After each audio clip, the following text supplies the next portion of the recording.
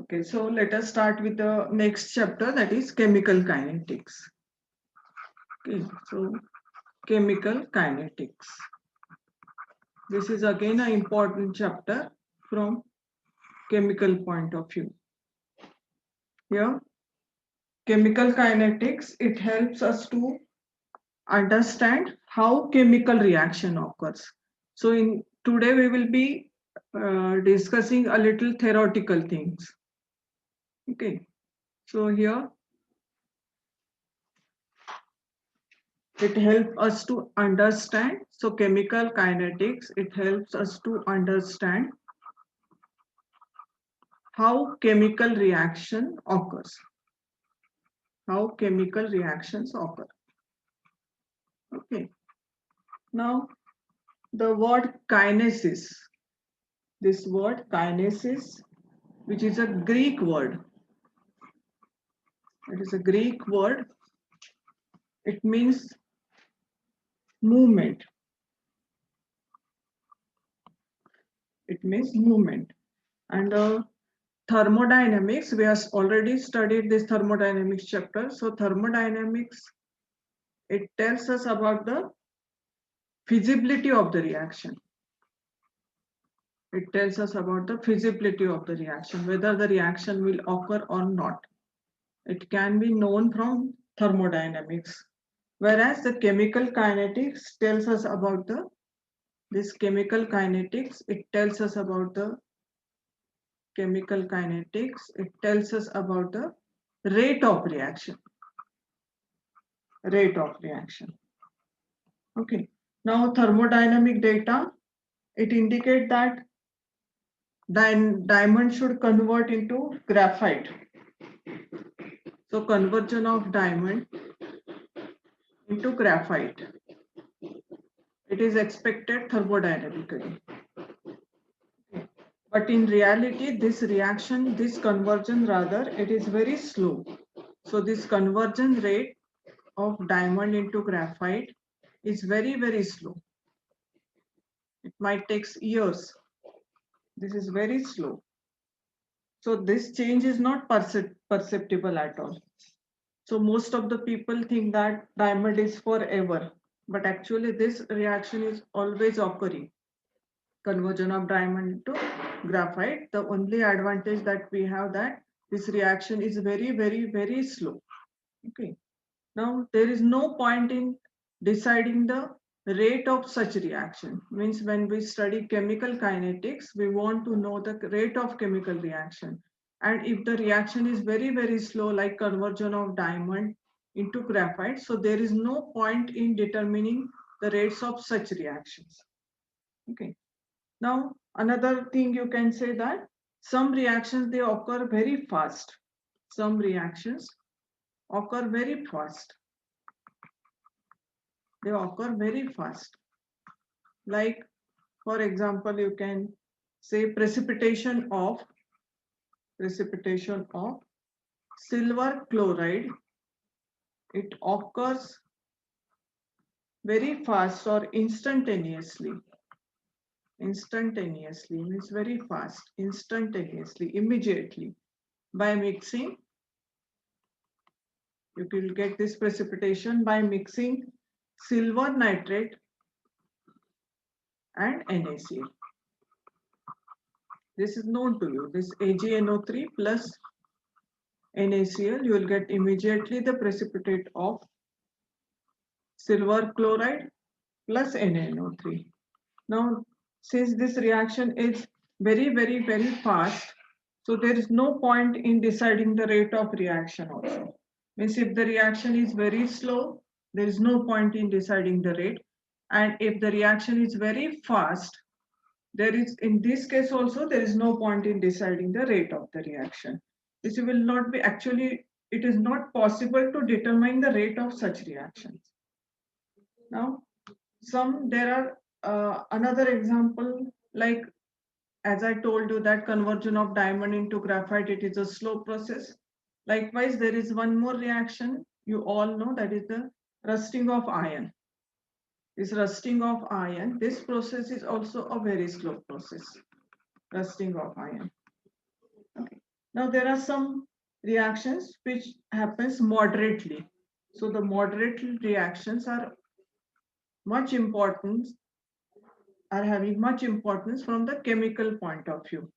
Means we can study the moderately occurring reaction, the rates of moderately occurring reactions, the rates of those can be determined. So this is of our interest under this chemical kinetics. Now, why should we study chemical kinetics? This is very obvious question. So the reason for is that it has got its economic importance. This study of chemical reaction, it has got its economic importance. Means in chemical industries,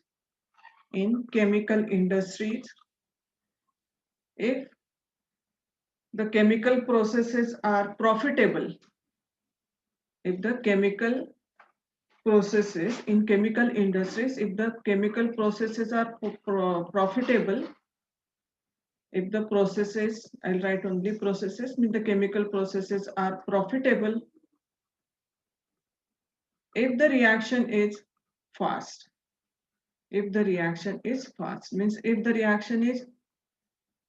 reactions are fast, means if the reaction is occurring at a faster rate, convenient faster rate, then it will be an economic reaction.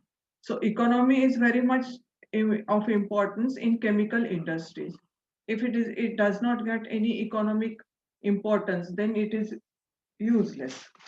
So the rate of reaction, if it is fast, that we can be able to moderate it, we can be able to manage the rate of the reaction, or we can be able to determine or decide the rate of the reaction, or we can be able to change or alter the rate of the reaction, or we can just govern the rate of reaction. Such reactions are of chemical importance and obviously of the economic importance. Now, it has got biological importance also, not only economic importance. Such reactions, biological importance of these chemical kinetics. That is in our body, large protein molecules, which are called as enzymes.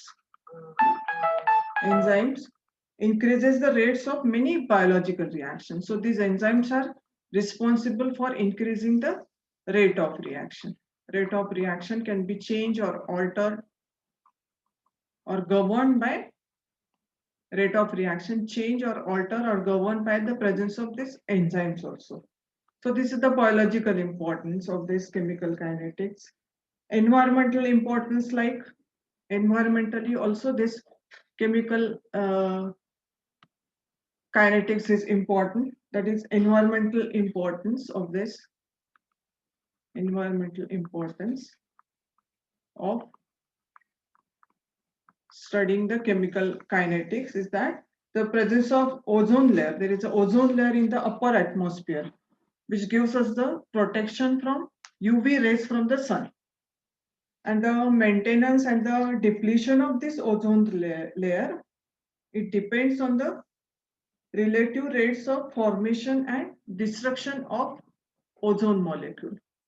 Means if there is a destruction, how, in what rate the O3 molecule they are destructed or they are formed, that decides the rate of the reaction. So this environmentally, this O3 layer, that is the ozone layer, is of very much importance. You know this thing, it protects us from the UV radiations from the sun. So these are the some of the importances uh, of the different chemical reactions occurring in the nature. So now for this we'll proceed, we'll go to the next slide now. Now the when you say that the kinetic studies, these kinetic studies not only help us to determine the speed of the reaction. So this kinetic study helps us to determine rate of the reaction.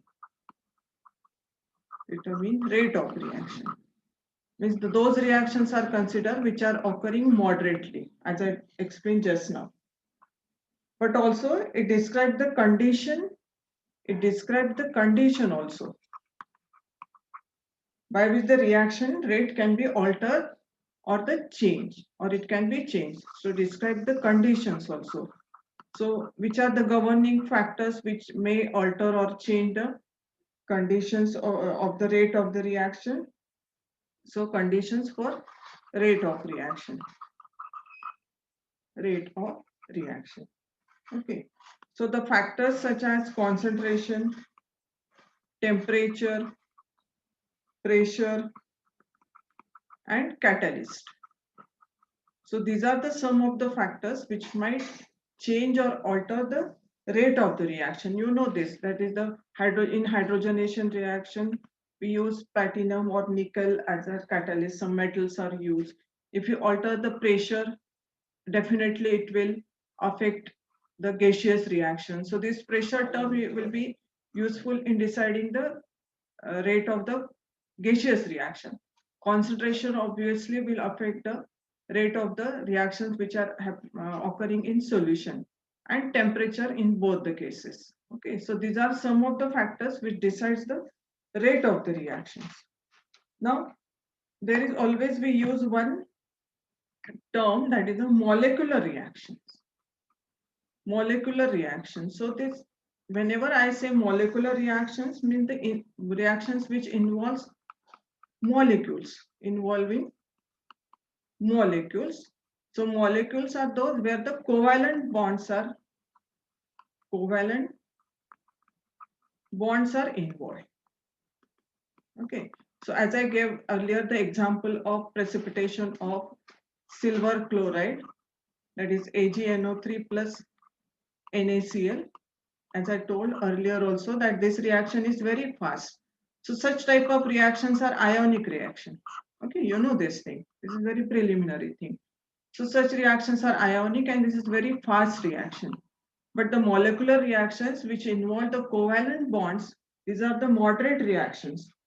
So covalent bonds are involved in such reactions, and such reactions are called the molecular reaction. Again, one more word we will be using, that is elementary reactions. Okay, so elementary reactions are those reactions which occurs in one step only. So which occurs in only one step. Those reactions are called as the elementary reactions. Okay. Now, a chemist always wants to know the rate of reaction for different reasons, like how readily the reaction approaches the equilibrium. So equilibrium, how quickly this equilibrium is attained, this is of much importance from chemistry point of view.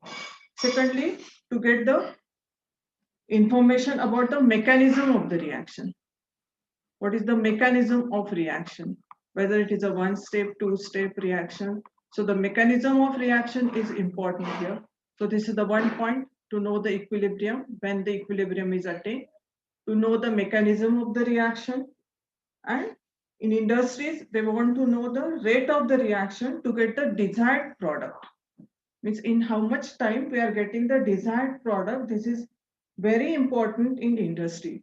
So this chapter is very much of importance from the industrial point of view. So this industrial point of view is very important to study this chemical kinetics of the reaction. Now, when we say that it is important from the industrial point of view, so we must consider that we must be interested in amount of the reactant which are reacted or formed. So the amount reacted or the amounts which are formed, means amount reacted means, in short we called it as a reactant. So what is the amount of reactant which is reacted, and the form means we call it as a product, isn't it? So here the amount of reactant utilized or consumed and the amount of the product formed, this is of very much important. And this consumption or formation of the reactant or the product here. This should be studied. Now, when we say the concentration, when we use the term concentration, concentration term is used for the reactions in solution. In solution. Okay. And when we use the term pressure, so this pressure term is used for the gaseous reaction. For the gaseous reaction. And obviously there will be change in the rates of the reaction when we alter the concentration, when we alter the pressure. In addition to this, as I told earlier also, the catalyst also governs the rate of the reaction and temperature also. Now the rate of the reaction, I am using the word again and again, that is the rate of the reaction. So what does it mean actually? What is this rate of reaction? This rate of reaction, it can be defined as the change in the concentration. Change in concentration of reactant or product. Change in the concentration of reactant or product in unit time. So time factor is important when you talk about the rate of the reaction. Now the rate of the reaction, it can be expressed in terms of, you can express the rate of the reaction, can be expressed in terms of the rate of decrease in concentration. Decrease in concentration of any one of the reactant. In any one of reactant. Means if there is any change is occurring with the concentration of the reactant, this is the one way you can express the rate of the reaction. So expression of rate of the reaction, expression of rate of the reaction can be done. This is the one way, that the rate of decrease in concentration of the reactant, or other way, obviously the rate of, if there is a decrease in concentration of the reactant, so what must be increasing there? So the rate of increase in concentration of any one of the product. Any one of the product. In other words, you can say the consumption of the reactant and the formation of the product. So these are the two ways you can express the rate of the reaction. So in this chapter, we will consider, or we will calculate the rate considering the unidirectional reaction. Remember, so the unidirectional means only the forward reactions will be considered here. So we'll be considering forward reactions only. Remember, okay. Though there are many reactions which we show this way, double arrow. It means it can go this way and it can go this way also. But we'll be considering only the reaction which is happening up to this forward reaction. Okay. Now, for example, this reaction, if you have this reaction, I will write the balance equation. This is a very simple thing. So when this reaction is occurring, how does it occur actually? There is a triple bond between these two nitrogens, but 3 H2 molecule, and it will give you 2 ammonia molecules are formed. So this bond is broken.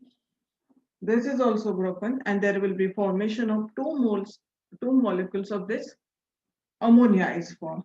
So as I told earlier that these reactions involve the covalent bonds, which are what we call as the molecular reaction. So these are the molecular reactions, and such reactions these are occurring at a moderate rate, and the rates of such reactions can be calculated. So these reactions are of much importance from chemical kinetics point of view. If the reaction is occurring at very faster rate, it's of no use for us. And if the reaction is very slow, so there is no point in determining the rate of the reaction. So from industrial point of view, to study the chemical kinetics is very much important. It means that at what rate the reaction is occurring. Can we change the rate of the reaction? Are we getting the desired product? If we are not getting the desired product in the stipulated time period, the reaction will be of no use. So we must consider the rate of the reaction, and for this we must study the chemical kinetics. Now the next concept is that the average rate of the reaction. So what happens actually? Initially the reaction might happen with a greater rate, and after some time, if all of the amount of the reactant is consumed, it gets slowed down. So for this, you can determine the average rate of the reaction. So there are two concepts, that is average rate of the reaction, and other will be studying, that is the instantaneous rate of the reaction. So first we'll go for the average rate of reaction. So it can be calculated, average rate of the reaction. It can be calculated by knowing, the change in concentration. Change in concentration of reactant or product can be calculated by knowing change in concentration of reactant or product. Okay. And which should be divided by the time, because this time factor is very important in deciding the rate. So speed per time is nothing but the rate divided by time interval over which the change occurs. Time interval over which the change occurs means how, in what time the change is occurring, over which the change occurs. Okay. So in short, mathematically you can write average rate. This is equal to change in concentration of a species. Now, when I say the species, it means it might be reactant or it might be a product. Okay. So species means either reactant or product. R for reactant and P for product, divided by change in time. Now, consider reaction like this. If you consider the reaction, A is getting converted into B. Okay. Now, in which the A is consumed, this is reactant and this is your product. So A will be consumed to form this product, that is B. Now the average rate of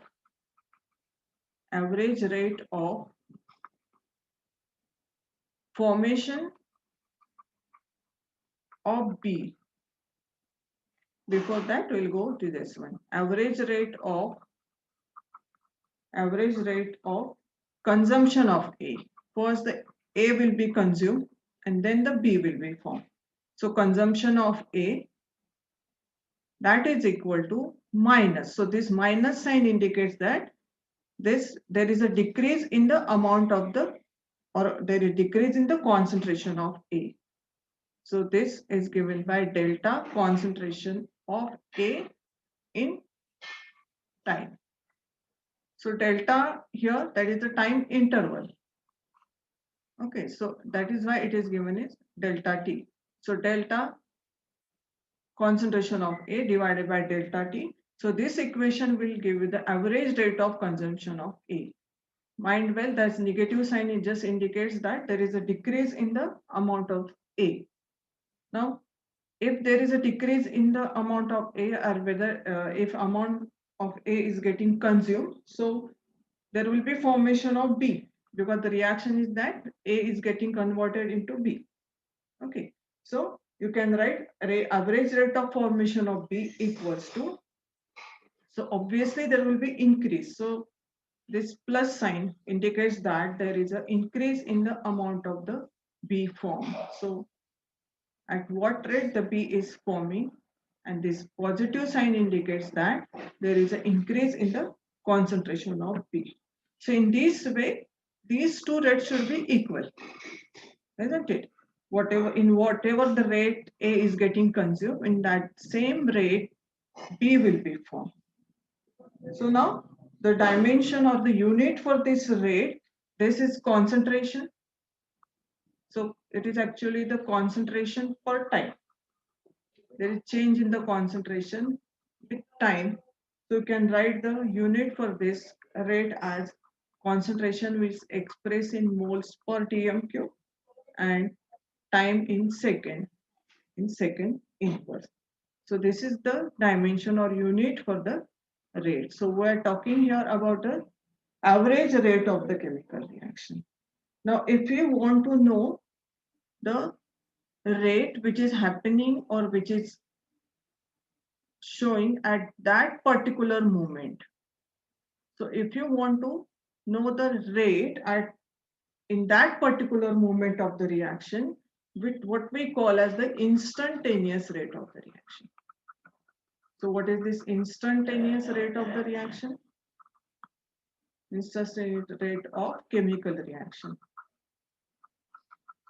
So in chemical kinetics, we are concerned with the instantaneous rates. So to determine this, to determine instantaneous rate, instantaneous, right, the correct spelling, instantaneous rate of reaction, the progress of the reaction,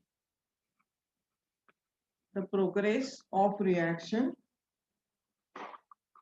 is followed by, the progress of reaction is followed by measuring, is followed by measuring concentration of reactants or products, concentration of reactants or products for different time intervals, for different time intervals. This is called as the, so this word for different time intervals is very important when you talk about the instantaneous rate of the reaction. Now, if I plot a graph like this, now on this x-axis time is taken. Here in both the cases, time with increasing in this direction, and concentration of the reactant, it is plotted on the y-axis, and concentration of product, it is plotted on this y-axis for this graph.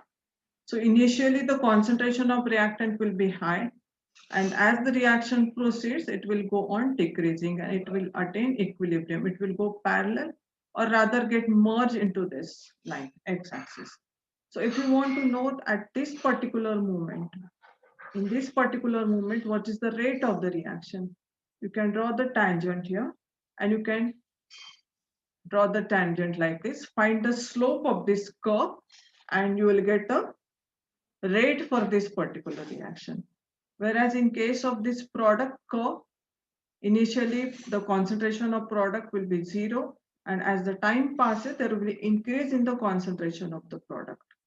And if you want to know the rate at this particular moment of the reaction, you just draw the tangent here, find out the slope, so you will get the rate for this at this particular moment of the reaction.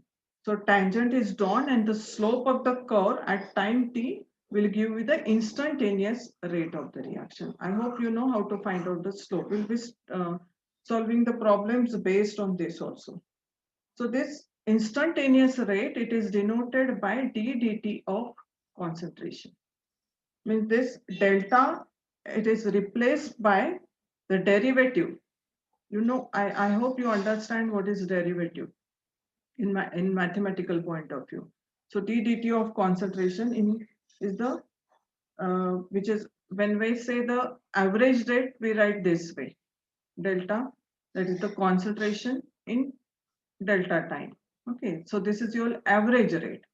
But when you want to express the same thing in the view of this instantaneous rate, you can replace the delta with the derivative.